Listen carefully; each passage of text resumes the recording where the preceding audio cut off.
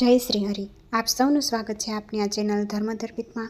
આજે આપણે જાણીશું ઓખા હરણ ભાગ 7મો. આગળના ભાગમાં આપણે જોયું કે ઓખા અને અનિરુદ્ધના લગ્ન ચિત્રલેખા અને નારદજી કરાવે છે. તો ચાલો જાણીએ આગળ. ઓખા હરણ ભાગ 7. ઓખા અને અનિરુદ્ધના લગ્ન સંપન્ન થયા. નારદજીએ આશીર્વાદ આપી વિદાય લીધી. ઓખા, હવે હું પણ વિદાય લઉં છું. મારું કામ પૂરું થયું. અરે બેન, તું તો મારો આધાર છો. તારા કારણે તો મને મારો પિયું મળ્યો છે. હવે તને થોડી જવા દઉં. બેન, હવે તમે બંને આનંદ કરો. મારે હવે જવાનો સમય થઈ ગયો છે. બેન, તું તો કહેતી હતી હું કૌભાંડ પ્રધાનજીને મારા પિતા દ્વારા કહેવડાવી દઉં, પણ તને જવા તો નહીં દઉં. ઓખા, કૌભાંડ પુત્રી તો હું તમારા બંનેનું મિલન કરાવવા જ બની છું. બાકી તો બ્રહ્માજીની પુત્રી છું. મારું કામ હવે પૂરું થયું. જય મહાદેવ, કહી ચિત્રલેખા આકાશ માર્ગે ઉડી ગઈ. ઓખા અને અનિરુદ્ધ બંને એના મહેલમાં એકલા છે. આનંદ પ્રમોદમાં દિવસો પસાર કરે છે. ઓખા તો અનિરુદ્ધમાં ઓતપ્રોત થઈ ગઈ છે. એમ કરતાં વર્ષા ઋતુ પણ પસાર થઈ ગઈ. પણ ઓખામાં જે કન્યારૂપ હતું એ મટી ગયું છે અને પૂર્ણ સ્ત્રી બની ગઈ છે. બીજા રાક્ષસો અને રાક્ષસીઓએ એ જોઈને આશ્ચર્ય વ્યક્ત કરે છે કે ઓખાનું કન્યારૂપ ક્યાં ગયું. નક્કી એ કોઈ પુરુષના સંગમાં છે. એમ કરતાં વાત છેક બાણાસુર સુધી પહોંચી. બાણાસુરે એના પ્રધાનને લશ્કર સાથે ઓખાને મહેલે મોકલ્યો છે. ઓખા એકલી માળિયામાં ઊભી છે. ઓખા, તું કન્યા મટીને સ્ત્રી કેવી રીતે બની ગઈ? સાચું બોલ, ઉપર કોણ છે? નક્કી કોઈ પુરુષ હોવો જોઈએ. એ સાંભળીને અનિરુદ્ધને થયું, હવે જાણ થઈ જ છે તો કાયરની જેમ સંતાઈને રહેવામાં મજા નથી.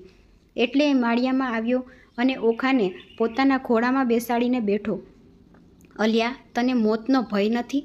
તું અહીં આવ્યો કેવી રીતે? નક્કી તારું આયુષ્ય પૂરું થયું છે. આયુષ્ય તો તમારા બધાનું પૂરું થયું છે. મેં તો ઓખા સાથે લગ્ન કર્યા છે. હવે એ મારી પત્ની છે. લગ્ન કર્યા છે? કોણે કરાવ્યા? કેવી રીતે થયા? નક્કી તારું મોત નજીક આવ્યું છે. અનિરુદ્ધે ઓખાને પોતાની ગદા ક્યાં ગઈ એમ પૂછ્યું, પણ ગદા તો ચિત્રલેખાએ મૂકી હતી, એટલે એ ક્યાં મૂકી એ ઓખાને ખબર ન હતી. એણે ચિત્રલેખાને યાદ કરી, પણ ચિત્રલેખા તો પાછી સ્વર્ગમાં જતી રહી હતી, એટલે એ તો આવી શકે એમ હતી નહીં. એટલે એણે નારદજીને ઓખાને મદદ કરવા મોકલ્યા. નારાયણ નારાયણ, વત્સ, શું આમ કાયર થઈને બેઠો છે? વીર પુરુષને તો જે હાથ પડ્યું એ જ હથિયાર. આ દરવાજાનું ભોંગળ કાઢીને યુદ્ધ કરવા માંડ. ભગવાન શ્રી કૃષ્ણના પૌત્રને કોનો ડર હોય? નારદજીએ કીધું.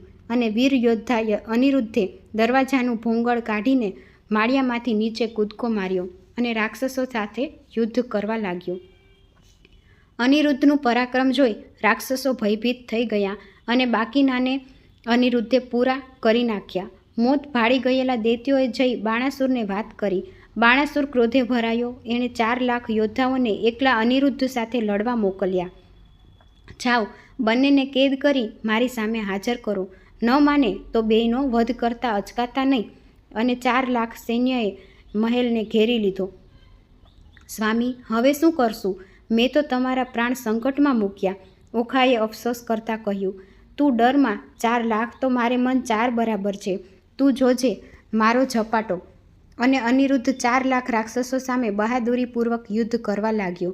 નારદજીને યુદ્ધ જોવાનો અવસર મળ્યો. અનિરુદ્ધના પરાક્રમ આગળ રાક્ષસો હારવા લાગ્યા. 4 લાખના સૈન્યને અનિરુદ્ધે ચકલાના ટોળાને બાજ વીખે એમ પૂરા કરી નાખ્યા. હવે બાણાસુરને પ્રધાન મૂંઝાયા. આ કોઈ સામાન્ય માણસ નથી લાગતો. કાં તો એ કોઈ દેવ છે ને કાં તો કોઈ દેવની સહાય છે. એકલો બધાને હરાવી દે છે એ સામાન્ય માણસનું કામ નથી. પ્રધાને બાણાસુરને કીધું, તમને તમારું અભિમાન નડ્યું છે.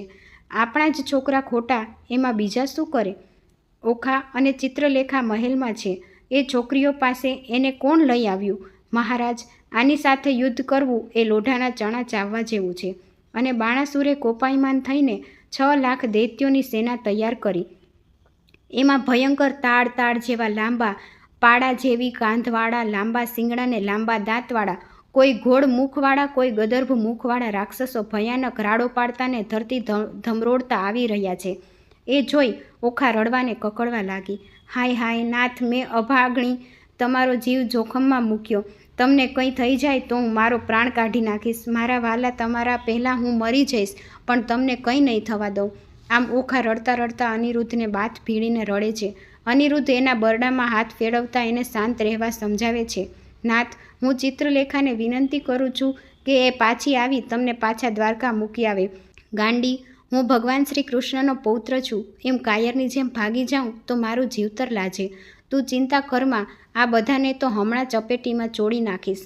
અને અનિરુદ્ધ યુદ્ધમાં જવા તૈયાર થયો. તો મિત્રો, આ હતો ભાગ 7મો. હવે ભાગ 8 માટે જોડાઈને રહો ચેનલ ધર્મદર્પિત સાથે. જય શ્રી હરિ.